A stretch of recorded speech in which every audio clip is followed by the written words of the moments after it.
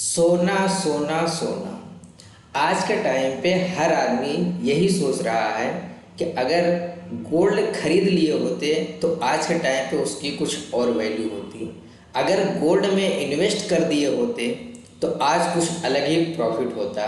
अगर गोल्ड में आप इन्वेस्ट करना चाहते हैं, अगर आप इन्वेस्ट करने की सोच रहे हैं, आपके पास पैसे नहीं हैं कि सोना कहाँ से खरीदें, सोना कैसे खरीदें, पैसे नहीं हैं, पैसे कम हैं, तब कैसे खरीदें, क्या बिना पैसे के हम खरीद सकते हैं। तो दोस्तों, आज के सारे टॉपिक पे हम बात करेंगे। आज पूरा आपको एग्जाम्पल के तौर पे समझाएंगे और लाइव आपको दिखाएंगे कि आप ये सारी चीज़ें कर सकते हैं, सिर्फ सोच नहीं सकते, कर भी सकते हैं। तो चलिए वीडियो को शुरू करते हैं और आपको बताते हैं। तो वीडियो शुरू करने से पहले आपसे एक रिक्वेस्ट है कि चैनल पे आप नए हैं तो चैनल को सब्सक्राइब करें, लाइक करें और शेयर भी करें, जिससे कि आप हमारे आने वाली वीडियो को नोटिफिकेशन आपको मिलता रहे, आप नई नई चीज़ों के बारे में जानकारी प्राप्त करते रहेंगे। तो चलिए शुरू करते हैं। तो दोस्तों, आज का जो टॉपिक है हमारा कि गोल्ड में इन्वेस्ट कैसे करें, सोना कैसे खरीदें, सोना कहाँ से खरीदें, पैसे कम हैं तब कैसे खरीदें, पैसे नहीं हैं तो कैसे खरीदें और सोने का दाम कितना और जा सकता है। तो दोस्तों, मैं आपको बताना चाहता हूँ कि जो सोना होता है, सोने का जो इन्वेस्टमेंट होता है वो दो तरीके से होता है। वो हम आपको चलिए एग्जाम्पल के तौर पे समझाते हैं। देखिए, जो सोना होता है, सोने का इन्वेस्टमेंट जो होता है वो दो तरीके से होता है। एक तो होता है ऑनलाइन और एक होता है ऑफलाइन। ऑनलाइन में क्या होता है कि ऑनलाइन आप जो म्यूचुअल फंड के जरिए करते हैं या आप ETF में इन्वेस्ट करते हैं, इसको हम ऑनलाइन बोलते हैं। और एक होता है ऑफलाइन। ऑफलाइन का मतलब होता है जैसे आप दुकान पे, सुनार की दुकान पे जाते हैं, कोई ज्वेलरी शॉप होती है तो आप वहाँ से सोना खरीदते हैं। और इसमें दो फैसिलिटी आपको दोनों जगह इस समय मिल रही हैं, पहले तो नहीं थी लेकिन इस समय मिल रही हैं कि जो आप ऑनलाइन कर रहे हैं, म्यूचुअल फंड या ETF में इन्वेस्ट कर रहे हैं, तो इसमें क्या होता है, आपको मंथली जो है पैसा जमा करना होता है। मंथली बेसिस पे आप थोड़ा थोड़ा करके इसमें जमा करते हैं तो थोड़ा थोड़ा सोने की क्वांटिटी भी आपकी बढ़ती जाती है। ये ऑनलाइन में है। लेकिन ऑफलाइन केस में क्या होता है कि यहाँ पे दुकानदार एक होता है, आप उसके पास जाएंगे तो वहाँ आपको जो भी 10 ग्राम या आपको 1 तोला या जो भी आपकी रिक्वायरमेंट होती है वो आप वहाँ पे लेते हैं।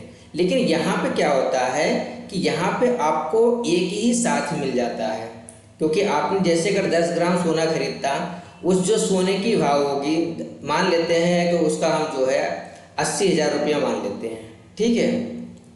आपने ये 80,000 रुपये का 10 ग्राम एग्जाम्पल के तौर पे, अभी तो सोना बहुत हाई है तो एग्जाम्पल के तौर पर मान लेते हैं 80,000 में आपने 10 ग्राम खरीदा। अब आपके पास पैसे पूरे नहीं हैं, पूरे पैसे आपके पास नहीं है देने के लिए, तो आपको क्या करेगा कि एक मंथली किस्त बना देगा। वो मंथली किस्त बना देगा, आप वहाँ से बनवा लेंगे, जिस तरीके से आपका क्रेडिट कार्ड में बनता है उस तरीके से वो भी मंथली किस्त बना देगा। आपको हर महीने इसको जो है, जो भी किस्त बनाएंगे 2,000 4,000 का, हर महीने आप इसको देते रहेंगे।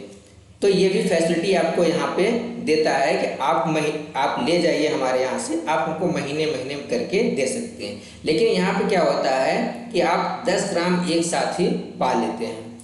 लेकिन ऑनलाइन में क्या होता है कि ऑनलाइन में आप एक म्यूचुअल फंड SIP शुरू करते हैं। जिस तरीके से आप कोई भी म्यूचुअल फंड शुरू करते हैं उस तरीके से गोल्ड का म्यूचुअल फंड होता है, और एक होता है ETF। तो इस तरीके से आप इसमें ऑनलाइन जो है पैसे लगा सकते हैं। अच्छा, बेनिफिट कहाँ पे है? तो दोस्तों देखो, बेनिफिट कहाँ है, बेनिफिट आपको दोनों जगह है, लेकिन आपको रियायत जो मिलती है वो आपको ऑनलाइन में रियायत मिलती है, ऑफलाइन में आपको रियायत नहीं मिलती है। अगर मान लेते हैं कि आपके पास उस टाइम पे पैसे थे, अब आपके पास बजट अच्छा था, आपने जो है ऑफलाइन जाके सुनार के यहाँ से सोना खरीद लिया। तो बीच में क्या हुआ कि आपकी कुछ फैमिली प्रॉब्लम या जो भी हो गया है, आपके साथ प्रॉब्लम हो गई है, तो आप उतना पैसा इसको महीने का किस्त नहीं दे पा रहे हैं। तो अब ये तो आपके ऊपर प्रेशर करेगा कि भाई हमारा पैसा दो, क्योंकि आप हमारे यहाँ से ले गए हो। ये तो मानेगा नहीं, यहाँ पे तो आपकी मजबूरी बनती है, आपको देना पड़ता है। लेकिन ऑनलाइन में क्या होता है कि अगर आपके पास पैसे नहीं हैं तो यहाँ पे आपकी फैसिलिटी मिलती है कि आप उस महीने में जब तक आपके पास पैसे नहीं हैं तब तक आप नहीं खरीदिए, कोई दिक्कत नहीं है। लेकिन यहाँ ऑफलाइन क्या है, यहाँ आपको हर महीने आपको देना पड़ेगा। लेकिन ऑनलाइन में क्या है कि अगर आपने म्यूचुअल फंड से स्टार्ट किया है तो यहाँ पे भी आपके साथ ये ऑफलाइन की मजबूरी बन जाती है। यहाँ भी आपको हर महीने देना पड़ेगा, जिस तरीके से आप ऑफलाइन ज्वेलरी के पास से खरीदते हैं। लेकिन एक सबसे बड़ा बेनिफिट है आपका ETF। ये ETF भी एक तरीके से म्यूचुअल फंड ही होता है, म्यूचुअल फंड की तरीके से काम करता है। ये आपको पूरी फैसिलिटी देता है कि आपके पास जब पैसे हैं तब आप इन्वेस्ट करो, नहीं हैं तो मत करो। ये आपको दोनों फैसिलिटी देता है। आपके चॉइस के ऊपर है कि आपको इस महीने में आपके पास पैसे हैं आप लगा दीजिए, इस महीने पैसे हैं मत लगाइए, कोई इशू नहीं है, पैसा आपका सुरक्षित रहेगा। लेकिन यहाँ म्यूचुअल फंड में क्या है, यहाँ भी आपको हर महीने आपको देना पड़ता है। तो दोस्तों आज के टाइम पे न्यू जनरेशन जो है वो ETF की तरफ पूरी तरीके से ETF की तरफ मूव कर रही है। इसका रीज़न ये है कि म्यूचुअल फंड में क्या होता है, जैसे कि मैंने अपने पिछले वीडियो में डिस्कस किया हुआ है कि म्यूचुअल फंड में आपका जो फंड होता है उसको फंड मैनेजर मैनेज करता है। लेकिन जो ETF होता है, ETF में आपका फंड मैनेजर नहीं होता है। ETF को हमने आपको बता रखा है कि ETF जो है वो जिस भी AMC का ETF हो, चाहे निफ्टी 50 का हो, निफ्टी नेक्स्ट 50 का हो या जिसका भी होगा, वो जैसे मान लेते हैं कि अगर निफ्टी 50 का है, ठीक है, तो निफ्टी 50 का जो ETF होगा इसमें जो है टॉप की जो 50 कंपनियां होंगी वो इसमें ऐड होंगी। ये 50 कंपनियां जो अपने देश की यानी भारत देश की जो टॉप 50 कंपनियां हैं उन कंपनियों को मिलाकर एक जो है निफ्टी 50 का एक ETF बन जाता है। अब इस ETF में क्या होता है कि कोई भी कंपनी आती है इसका सीधा कॉपी करती है और अपने नाम से एक ETF बना देती है कि रहती यही 50 कंपनियां हैं, बट कंपनियों का नाम अलग अलग चेंज हो जाता है। अलग अलग कंपनियां जो है म्यूचुअल फंड की हो या ETF की हो वो अपने नाम से ETF बना देती हैं। लेकिन इसके अंडर ये टॉप 50 कंपनियों को ही ट्रेंड करेगा, ये इसी को फॉलो करेगा। इस वजह से क्या होता है कि ETF में ऑटोमेटिक पेमेंट आपका नहीं होता है। म्यूचुअल फंड में आपको जो भी फंड सेलेक्ट करेंगे, जो भी आपने मंथ को सिलेक्ट कर लिया 10 तारीख या 7 तारीख को, वो ऑटोमेटिक आपके अकाउंट से फंड करता रहेगा। लेकिन ETF में क्या है कि आपको जितना भी इन्वेस्ट करना है वो आपके अपने डीमैट अकाउंट में डालना होगा। उस डीमैट अकाउंट के पैसे से आपको खुद इसमें से बाई करना होगा, जो भी शेयर को आपको बाई करना है। इसमें थोड़ा सा क्या होता है कि आपको खुद करना पड़ता है ETF में, क्योंकि क्या होता है कि इसमें आपके ऊपर चॉइस दी जाती है कि आप अपने तरीके से कुछ तय कर सकते हैं कि हमें पैसा आज लगाना है या कल लगाना है। लेकिन म्यूचुअल फंड में ये फैसिलिटी नहीं मिलती है। तो इस तरीके से लोग क्या करते हैं कि ऑफलाइन ज्वेलरी के हिसाब से डायरेक्ट पैसा उनके पास नहीं होता है, तो वहाँ से ना परचेज करके उनके पास जो भी थोड़ा थोड़ा इनकम बचता है वो म्यूचुअल फंड या ETF के बेसिस पे लोग परचेज गोल्ड को करते हैं। मैं आपको दिखा देता हूँ कि म्यूचुअल फंड की गोल्ड की कौन कौन सी कंपनियाँ हैं और ETF गोल्ड की कौन कौन सी कंपनियाँ हैं, वो मैं आपको दिखा देता हूँ। तो चलिए मैं आपको स्क्रीन पे ले सकता हूँ।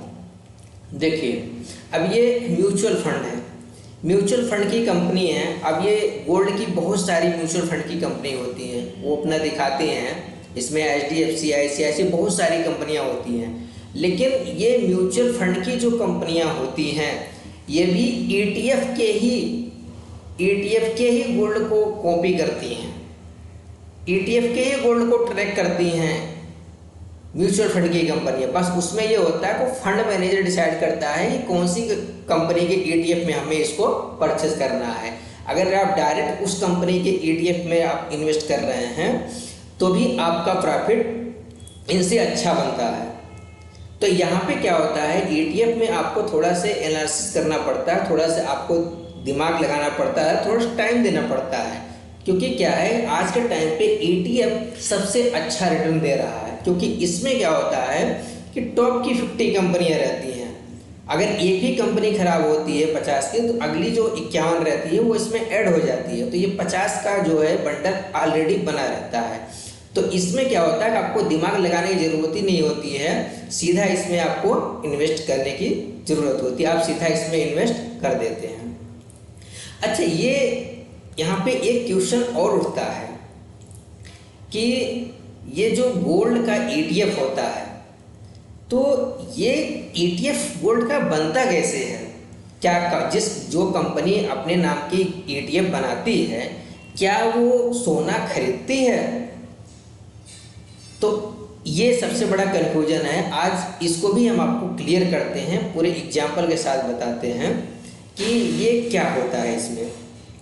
चलिए आपको ये बता देते हैं। आपको तो पता होगा इतना कि किसी भी कंपनी का जो शेयर आप बाय करते हैं, परचेज करते हैं, उस शेयर की जो वैल्यू होती है वो कैसे बनती है, वो कैसे डिसाइड होता है कि इस शेयर की वैल्यू इतनी है। ठीक है, तो चलिए इसको हम एग्जाम्पल समझाते हैं आपको। जैसे मान लेते हैं कि कोई भी एक कंपनी है, ठीक है, मान लेते हैं HDFC कोई कंपनी है। अब ये HDFC कंपनी जो है अपना जो है शेयर स्टॉक यानी कि स्टॉक मार्केट में लाना चाहती है। ठीक है, तो ये अब कैसे लाएगी? तो सबसे पहले क्या होता है, उस कंपनी की एसेट वैल्यू देखी जाती है कि इस कंपनी का टोटल कॉस्ट क्या है। मान लेते हैं इसकी टोटल कॉस्ट जो है 100 करोड़ रुपया है। अब ये 100 करोड़ रुपया इस कंपनी की कास्ट होगी। अब ये कंपनी जो है डिसाइड करेगी कि हमको जो है ये 100 करोड़ में कितने शेयर बनाने हैं। तो वो इसको क्या करेगी, तोड़ेगी, छोटे छोटे शेयर के यूनिट में तोड़ेगी। अब मान लेते हैं कि उसने जो अपनी कोई भी यूनिट बनाई, एक यूनिट का प्राइस उसने जो है मान लेते हैं उसने 100 रुपया रखा। ठीक है, तो अब ये क्या है, ये 100 करोड़ रुपए के जो होगा, ये एक यूनिट का प्राइस इसने 100 रुपया रखा है। अब ये 100 से कितना मल्टीप्लाई किया जाए कि ये इतना होगी, तो उतने शेयर की यूनिट ये यहाँ पे बना देगी कि हमारे जो टोटल 100 करोड़ है, 100 करोड़ की इतनी यूनिट है, एक यूनिट की चार्ज यहाँ पे हमने ये तय किया है। तो वो फाइनली एक यूनिट की प्राइस को यहाँ पे डिक्लेयर कर देती है। जब ये डिक्लेयर कर देगी तो ये सीधा जाएगी यहाँ पे सेबी के पास। सेबी के पास जाके वहाँ पे वो उस स्टॉक को एक्सचेंज पे रजिस्टर्ड कराएगी कि हमारे पास कंपनी की टोटल कास्ट ये है, कंपनी की पॉलिसीज उन्हें फॉलो कर ली, हमने पर यूनिट की ये चार्ज लगाया है, हमारी पर यूनिट की कास्ट ये है। तो स्टॉक जो हमारा एक स्टॉक एक्सचेंज होता है, उस स्टॉक को, उस कंपनी के स्टॉक को पब्लिश करता है कि भैया अब आप यहाँ से इस कंपनी में हिस्सेदारी खरीद सकते हैं। सेम इसी तरीके से हमारा गोल्ड का होता है। अब गोल्ड का कैसे होता है ये हम आपको बताते हैं। तो गोल्ड का भी शेयर इसी तरीके से बनता है। अगर मान लेते हैं कोई भी कंपनी है, मान लेते हैं कि रिलायंस कोई कंपनी है। अब रिलायंस ने जो है अपना एक जो है गोल्ड का ETF स्टॉक एक्सचेंज पे लाना चाहती है। तो अब वो क्या करेगी कंपनी, उसके पास सबसे पहले उसको क्या होता है कि फिजिकली उतना सोना उसको खरीदना पड़ता है। ऐसा नहीं है कि वो हवा में ऐसे तीर चला देगी, नहीं हमारे पास इतने सोना रखा हुआ है और इतने का हमने प्राइस बना दिया है, मार्केट में आ गया खरीदो। नहीं, पहले उसको फिजिकली उतना ही सोना खरीदना पड़ेगा जितना वो यूनिट्स के हिसाब से, जितने भी शेयर के यूनिट स्टॉक एक्सचेंज पर रजिस्टर कराएगी उतना सोना उसको परचेज करना पड़ेगा। मान लेते हैं कि इनके पास जो है 50 टन सोना है। अब 50 टन सोना इन्होंने, कंपनी ने ये यहाँ पे खरीद लिया है। अभी कंपनी क्या करेगी, 50 टन सोने को ये क्या करेगी कि छोटे छोटे जो है ग्राम या मिलीग्राम, यहाँ पे हम जो है ग्राम या मिलीग्राम लिए हैं, या 0 कुछ जो है मिलीग्राम, ये डिसाइड करेंगे कि इतने ग्राम का हमारा जो है एक यूनिट बनेगा, इतने ग्राम का हमारा एक यूनिट बनेगा, और उस यूनिट की ये प्राइस तय करेंगे कि इस यूनिट की प्राइस कितनी होती है। मान लेते हैं कि उन्होंने ग्राम या मिलीग्राम की जो है एक यूनिट की प्राइस जो है 50 रुपया कर दिया है। अब इनके पास ये जो 50 टन सोना है, ये जितना भी यहाँ पे 1 ग्राम की वैल्यू लगा रहे हैं, उस हिसाब से 50 टन तक का जो है, ये जितने भी ग्राम पूरे हो जाएंगे उतने यूनिट ये यहाँ पे बना लेंगे। अब उतने यूनिट बनाने के बाद से फिर से यहाँ पे जाएंगे सेबी के पास, उनसे बोलेंगे कि भैया हमारे पास इतना सोना हमने परचेज कर रखा है, हमने इसको सोने के यूनिट बना रखी है कि इतने ग्राम की एक यूनिट है, हमारे पास इतना सोना है, इसको हमको जो है स्टॉक पे रजिस्टर कराना है। तो सेबी भी यहाँ पे क्या करेगी, इसको रजिस्टर्ड कर लेगी और पब्लिक पे वो स्टॉक एक्सचेंज पे जो है पब्लिश कर देगी कि इस कंपनी के ETF में आप इसका शेयर बाई कर सकते हैं। तो इसमें क्या होता है कि आप एक्चुअल में गोल्ड ही खरीदते हैं, लेकिन वो आपको ऑनलाइन गोल्ड मिलता है, वो आपके हाथ में नहीं आता है, लेकिन आप उस गोल्ड में ही पैसा लगा रहे हैं। क्योंकि गोल्ड क्या होता है, वो हमेशा इंटरनेशनल मार्केट को ट्रैक करता है। जैसे जैसे गोल्ड की प्राइस बढ़ेगी इंटरनेशनल लेवल पे, वैसे वैसे आपकी शेयर की भी प्राइस बढ़ेगी। तो ये होता है गोल्ड का इन्वेस्टमेंट ऑनलाइन तरीके से। तो इसी में होता है कि म्यूचुअल फंड कंपनियां आती हैं और ETF भी आती हैं, और उनका शेयर इसी तरीके से बनता है। तो दोस्तों, आई थिंक आपको ये समझ में आ गया कि किसी भी कंपनी का जो पर यूनिट प्राइस बनता है वो कैसे बनता है। होप ये चीज़ आपको क्लियर हो गई है, और ये चीज़ें मैंने आपको अच्छी तरीके से समझा दिया कि गोल्ड का जो इन्वेस्टमेंट है वो 2 तरीके से है, ऑनलाइन ऑफलाइन। अब इसमें बेस्ट कौन सा है वो डिपेंड करता है आपके ऊपर कि आप किसको बेस्ट मानते हैं। अगर आपके पास गोल्ड को खरीदने के लिए एक साथ मोटा मोटी पैसा नहीं है, तो आप थोड़ा थोड़ा करके, थोड़ा थोड़ा पैसे हर महीने जो है दे के आप एक लंबा अमाउंट इकट्ठा कर सकते हैं और अच्छा खासा गोल्ड बाय कर सकते हैं। बट ये ऑनलाइन क्या होगा, गोल्ड ये आपके हाथ में नहीं रहेगा, बट ये पैसा जो इसका प्राइस रहेगा, ये समझिए आपके अकाउंट में ये जमा है। ऑफलाइन में क्या होता है कि आपके हाथ में तो आ जाता है, लेकिन उसका जो प्राइस होता है, जो उसका चुकाने का होता है पैसा, वो आपको कभी कभी आपको एक साथ देना पड़ता है। जिस दुकानदार के पास अगर वो मंथली आपको किस्त नहीं बना रहा है तो आपको एक साथ देना पड़ेगा। और यहाँ पे क्या होता है कि यहाँ पर ऑलरेडी किस्त ही बनी हुई है। जो म्यूचुअल फंड ऐसा ETF होते हैं, ये हमारे किस्त ही होते हैं, इसमें आपको हर महीने जमा करना होता है। तो आज के टाइम पे सारे लोग ETF को ही ज़्यादा फॉलो कर रहे हैं, क्योंकि ये आपको अच्छी खासी फैसिलिटी देता है, ट्रांसपेरेंसी देता है, आपको फ्रेंडली देता है, इको फ्रेंडली आप इसमें बाय कर सकते हैं। क्योंकि ये क्या करता है, आपको जो करंट इंडेक्स होता है, करंट मार्केट होता है, उसको ये फॉलो करता है। आप जैसे इसमें कोई उसका स्टॉक बाय करते हैं तो उस टाइम पे जो उसकी प्राइस रहेगी, ये सेम प्राइस पे तुरंत ही बाय हो जाता है। लेकिन म्यूचुअल फंड में क्या होता है कि इसमें आपको डे एंड, यानी जब आपका 3:30 यानी 3:30 बजे जब मार्केट ये क्लोज हो जाएगा, उस टाइम पे जो इसकी NAV होगी और वो भी जो भी प्राइस होगा उस प्राइस पे आपको ये इसका स्टॉक बाय होगा। तो यहाँ पे क्या होता है कि आप अपने तरीके से कोई चीज़ डिसाइड नहीं कर सकते हैं, लेकिन ETF में क्या होता है, ये सारी चीज़ें आपके ऊपर डिपेंड करती है कि आपको कब बाय करना है, कब सेल करना है। म्यूचुअल में ये फैसिलिटी आपको नहीं मिलेगी कि आपने आज ही बाय किया है आप आज ही सेल कर सकते हो, ऐसा नहीं है। लेकिन ETF में क्या होता है, अगर आपने आज ही बाय किया है तो इसको आप आज ही सेल कर सकते हैं, इसमें कोई बाउंडेशन नहीं होता है। इसलिए ETF आपके लिए बेस्ट इन्वेस्टमेंट का प्लान है। आपको अगर इन्वेस्टमेंट करना है गोल्ड के लिए तो आपको ETF ही चुनना चाहिए।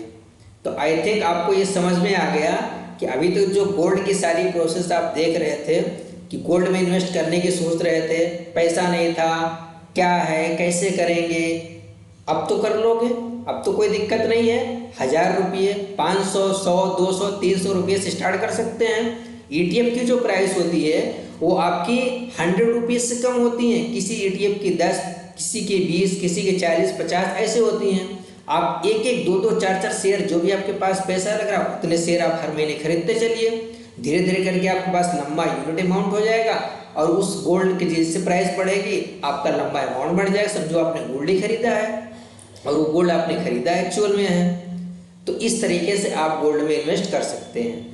लास्ट में आपको मैंने जो बताया था कि गोल्ड का दाम कितना और जा सकता है, तो दोस्तों अभी आप जैसे देख रहे हैं कि दीपावली आने वाली है, दीपावली आने होगा, धनतेरस होगा, इसके बाद से लोग क्या करेंगे, बाय ही करेंगे। तो अभी तो गोल्ड की जो प्राइस है वो तो ऊपर जानी है, अभी तो घटने की कोई संभावना नहीं है, क्योंकि क्या है कि डिमांड बढ़ेगी, जब डिमांड बढ़ेगी तो प्राइस बढ़ेगा। तो आई थिंक ये सारी डाउट आपकी क्लियर हो गई। अब आप अगर गोल्ड में सोच रहे हैं तो आप अब इन्वेस्ट करना स्टार्ट कर दीजिए और अपने पैसों को ग्रो करते रहिए। तो दोस्तों वीडियो आप लोगों को कैसी लगी कमेंट करके हमें ज़रूर बताएं, और चैनल को अभी तक सब्सक्राइब नहीं किए हैं तो चैनल को सब्सक्राइब जरूर करें और दोस्तों के साथ शेयर करें। मिलते हैं नेक्स्ट वीडियो में, तब तक के लिए धन्यवाद।